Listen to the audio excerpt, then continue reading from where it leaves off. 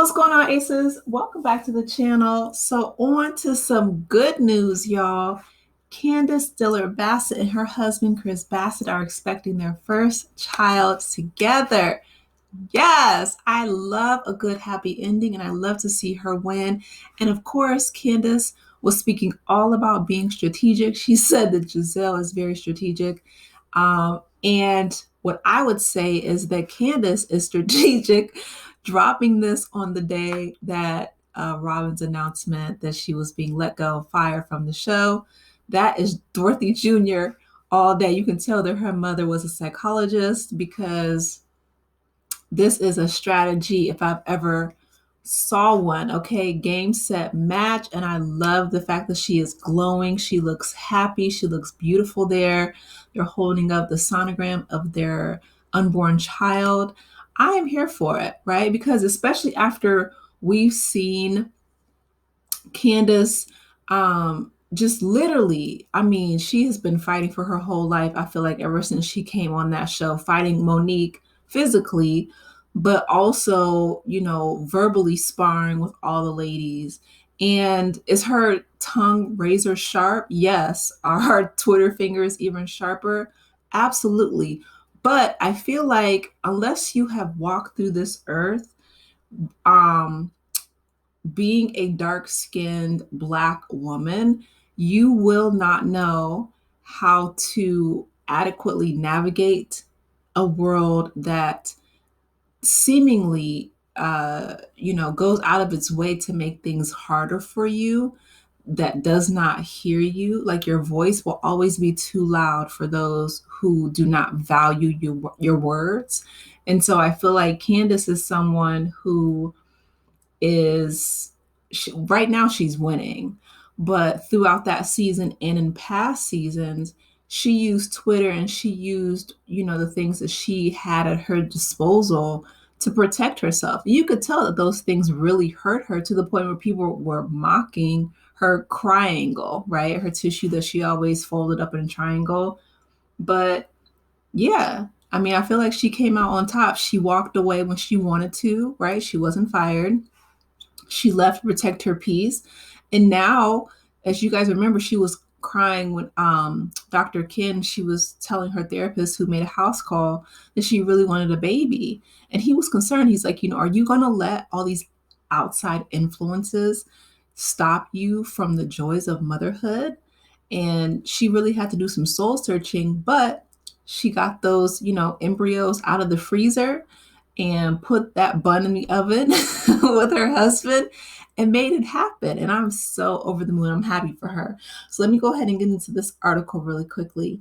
It says, after announcing her exit from the Real Housewives of Potomac, the Bravo star shares the exciting start of her new chapter.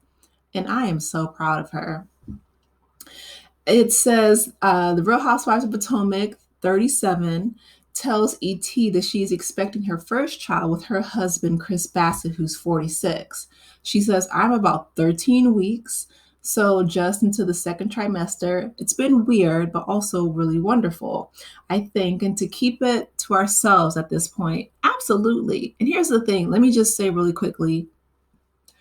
I'm glad that Candice took a page out of Halle Bailey's book. If you guys remember, people were speculating that, she was pregnant. And that was the whole thing that happened with Funky Dineva and her sister Chloe.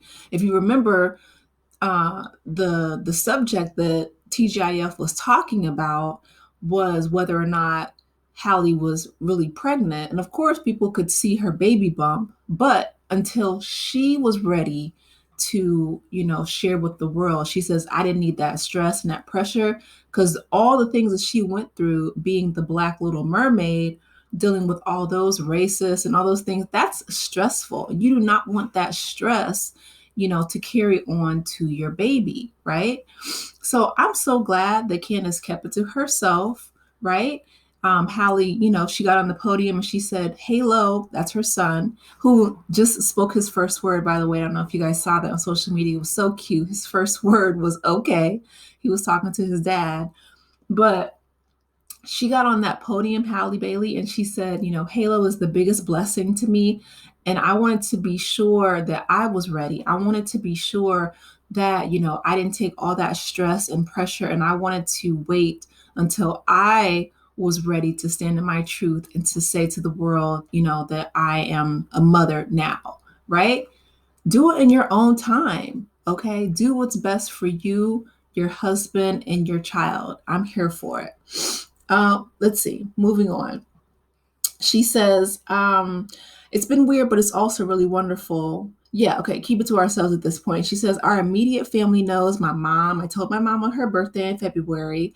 My dad knows. Chris's parents know. My siblings know. And that's my core, my best friend group. But outside of that, it's been quietly growing, a little bun. I'm happy for you.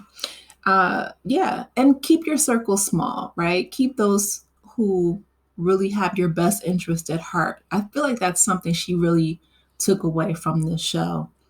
The singer documented some of her journey to motherhood on the Bravo series, filming counseling sessions with fertility specialists and prep work for IVF. The couple's baby to be came from one of the embryos they froze 2 years ago.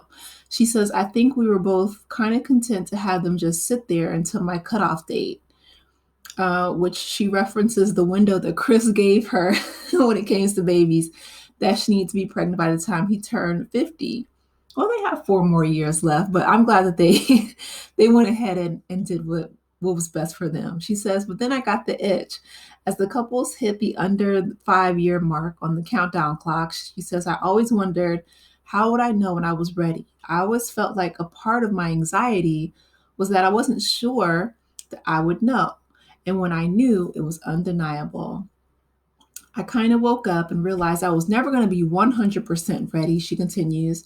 I just had to trust the process and trust my doctors and stop being afraid and just do it. So once we decided together that we were going to do it together, it just seemed all kind of moving by faith from there. And absolutely, right? Nobody's ever 100% ready for really anything. I feel like walking by faith is absolutely the way to do it. That's great. Candice had the implantation in January, leading to an anxiety-filled 2 weeks of waiting to find out if the procedure was successful. She kept busy with a trip to LA for the Grammys, which delayed finding out by a few days, as she wanted to be back home with Chris when the doctor broke the news. Our doctor called us at 8 a.m. She tells us that we're pregnant. Yay! She says we waited and waited all this time. So to finally hear that after those 2 weeks, the process had worked after a year of doing the shots. Not a year of shots? Oh my goodness.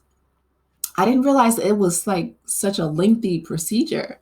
I did 2 rounds of egg retrieval to do the shots in your stomach. I had to do the shots in my my bum every day, which always once wasn't fun.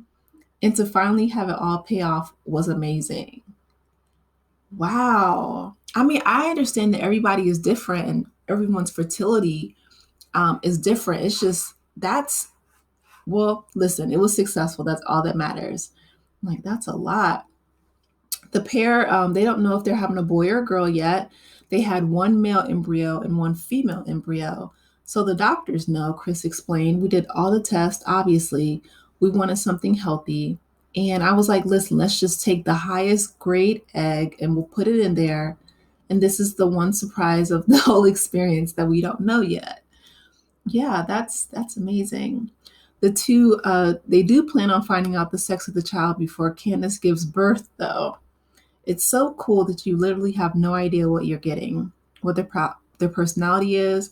Although at our last sonogram, the signs are pointing to them being more like Chris than me. Chris says, "Is that a bad thing?" And Candice clarifies, laid back. We're trying to get them to move the sonogram, and they were being camera shy. But before the camera came out, they were moving around, and they pulled out the camera, and then they were like, "Nope." Candace and Chris's bundle of joy will join his 3 kids from previous relationships. There's something I got to keep in mind. as we go through this process, right? That I've done this 3 times already. This is her first time, Chris reflects. So I got to make sure that I stay engaged. I got to be super supportive for her, and she's going to need that all the way through. So that's kind of what I'm looking forward to. Just share and experience it with Candice and just see where it goes. There's a lot of comfort in knowing that he's done this 3 times with 2 boys and a girl. So he's seen both sides, Candice says. As for what she's most looking forward to about the baby, Candice is already thinking far into the future. She says, I'm just excited to support them in whatever they want to do. She starts tearing up. So, what were we watching? Something about kids playing soccer or sports or something. And I thought to myself, oh my gosh, what if my son or daughter wants to play football? I'm not an outdoor person. I'm not a sports person. I can only tell you when there's a touchdown happening. But if my kid wants to play football, I would get a big mosquito net and be outside cheering and yelling and ready to fight the referee. Candice, girl, okay, listen, you're not on the Housewives anymore. Stop fighting. She says, I'm just excited to meet them. I'm excited for them. This is so sweet. She says, beyond the baby, when baby comes and it's time for school, I'm terrified of math homework. But I guess with the birth, I'm just looking forward to meeting them. So she goes on to say, like, she's having dreams of holding her baby and just really, her experiences with pregnancy. So I'm really excited for both of them. Congratulations. Congratulations, Chris and Candice. Y'all say that 3 times fast. I can't wait to find out. I hope that she keeps us,